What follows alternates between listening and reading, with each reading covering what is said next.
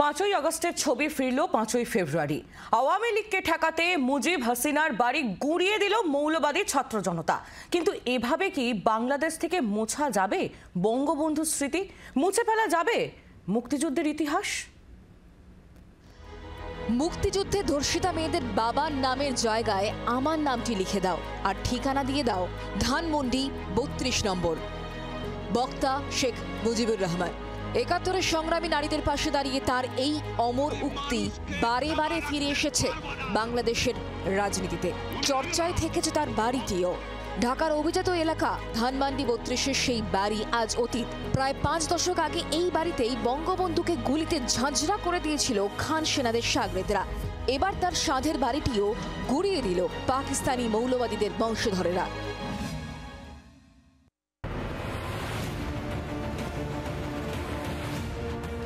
শুরুটা হয়েছিল গত বছর 5ই আগস্ট।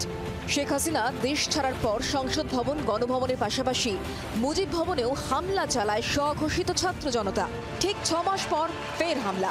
5ই আগস্টে ছবি ফিরল 5ই ফেব্রুয়ারি।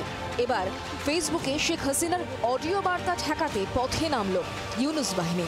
বঙ্গবন্ধুর গোটা বাড়িটাই ধূলিসাৎ করে দিল মৌলবাদীরা।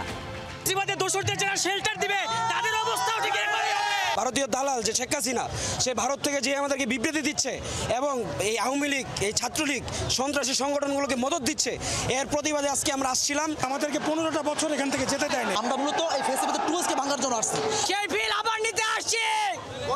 5ই আগস্টের ফিল এখনো পাচ্ছি আবার। তাদের রাগটা কত বেশি এটা অনেক মানুষ বুঝতেছে না। আমি দেখতে আসছি রাগটা কত বেশি। স্বৈরাচারের বাড়ি থেকে একটা ইট নিয়ে যাইতেছি, এখন স্বৈরাচারের জনকের বাড়ি। বাদ গেল না ধ্বংসস্তূপ। মুজিব ভবনে স্টিল, লোহা, টিন, কাঠ যে যা পেল সব নিয়ে ছুটল। মুজিবের বাড়ি ভেঙেই ক্ষান্ত থাকেনি উন্মত্ত জনতা। ধানমন্ডি 5-এ অবস্থিত শেখ হাসিনার বাসভবন সুধা সদনেও আগুন ধরানো হয়। বুধবার রাত থেকে ঢাকা সহ দেশের বিভিন্ন প্রান্ত থেকে শেখ পরিবারের সব চিহ্ন মুছে ফেলতে মরিয়া মৌলবাদীরা। কিন্তু এভাবে কি মোছা যাবে বঙ্গবন্ধুর স্মৃতি? মুছে ফেলা যাবে মুক্তিযুদ্ধের ইতিহাস? আমাদের মুক্তিযুদ্ধের ইতিহাস আমাদের গৌরবের ইতিহাস, আমাদের বিজয়ের ইতিহাস। এই ইতিহাসকে মুছে ফেলতে পারবে না। আমি জানি এটা মুছে ফেলার চেষ্টা হচ্ছে। সংবিধানকে ধ্বংস করা, জাতীয় পতাকা ধ্বংস করা, অনেক চেষ্টাই করা হয়েছে।